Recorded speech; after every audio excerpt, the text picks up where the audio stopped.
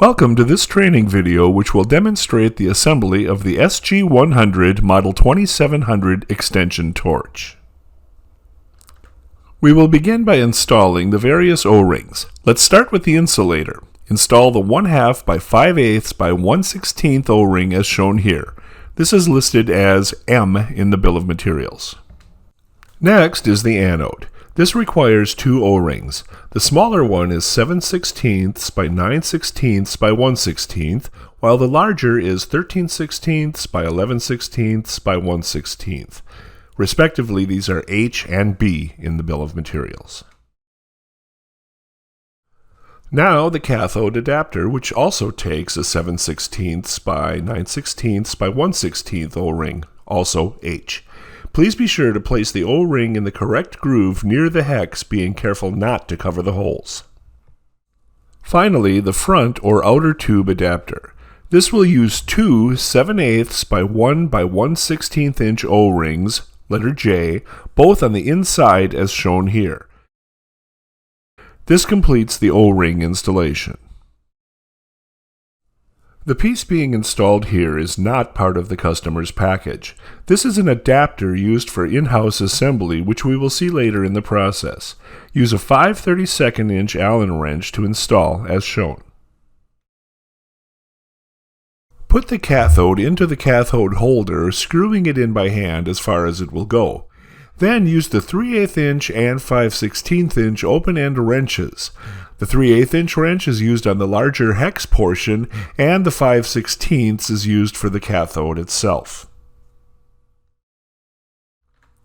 We will install the spacer next, but before doing so, we will apply a light coating of O-ring lube both to the inside and outside O-rings. Slide the spacer onto the cathode holder with the outside O-ring first.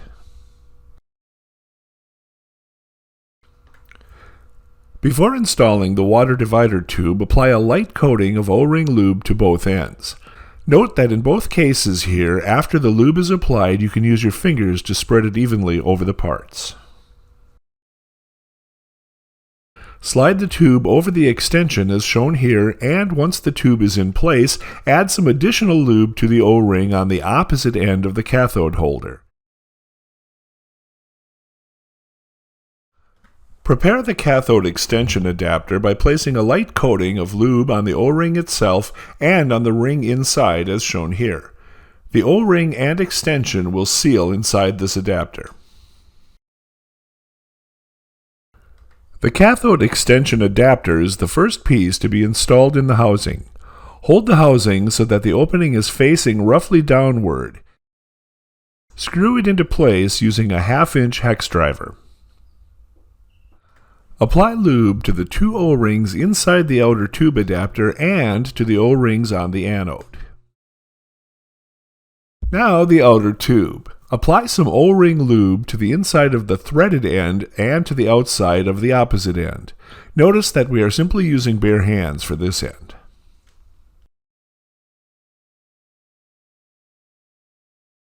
On the insulator, apply lube to the O-ring and to the inside of the opposite end. And finally, the rear gas injector.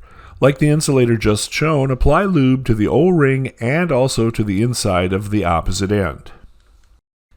Earlier, we installed an adapter onto the outside of the housing. This is used for the assembly process only and will be removed after completion.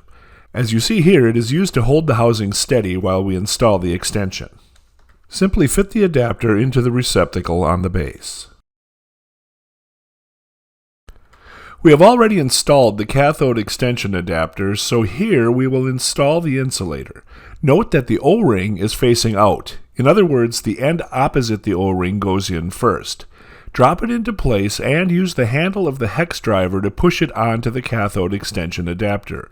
You will be able to feel it go over the O-ring on the adapter. We can now install the assembly as shown here. Notice that the clear water divider tube is over the rod itself.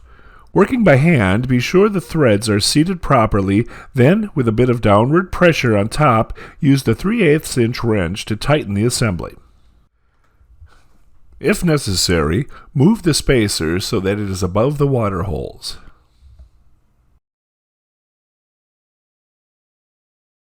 Now place the anode into the outer tube. This goes into the threaded end. Once in, check to see that there are no visible pieces of O-ring. If you do see any, it indicates that the O-ring was cut during the installation and it must be replaced.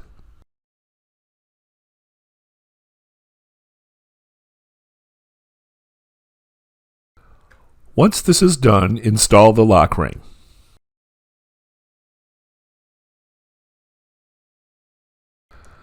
Now install the rear gas injector.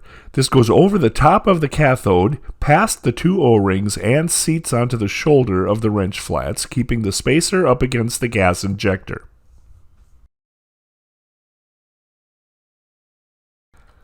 Next in line is the front gas injector. The end with the larger holes goes on first. Use a slight twisting motion to be sure it's seated against the rear gas injector.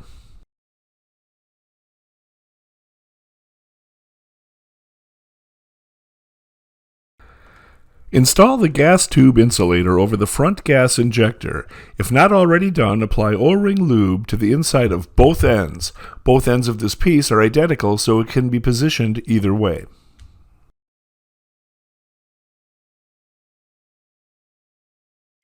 The final interior part is the divider tube. Apply O-ring lube to the smooth end and install that end first, snapping over the first O-ring on the spacer.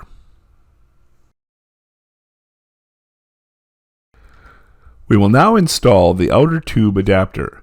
Slide this, as shown here, over the entire assembly to the face of the housing and secure with the three 832 by 3/8 inch Allen screws.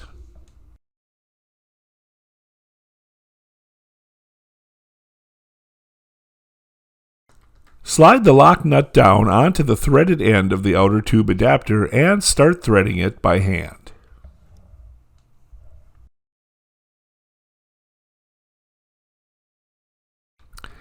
Slide the open end of the outer tube over the assembly and into the housing. You will feel the two O-rings.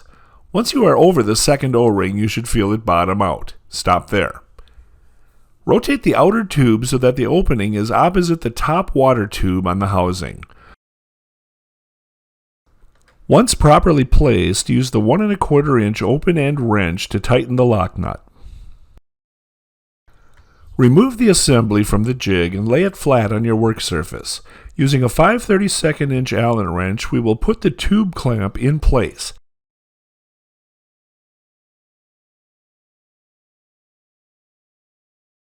Don't completely tighten it, just get the screws started.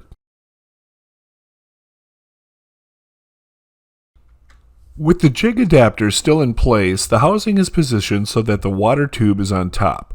Notice the counter bore in the anode at the end of the outer tube.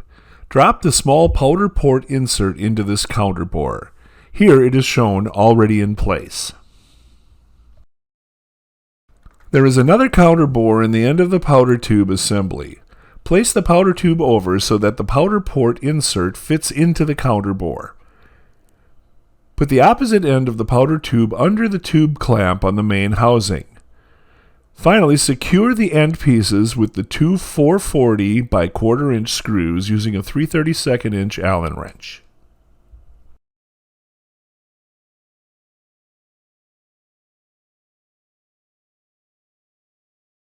Once in place, you can tighten the clamp tube.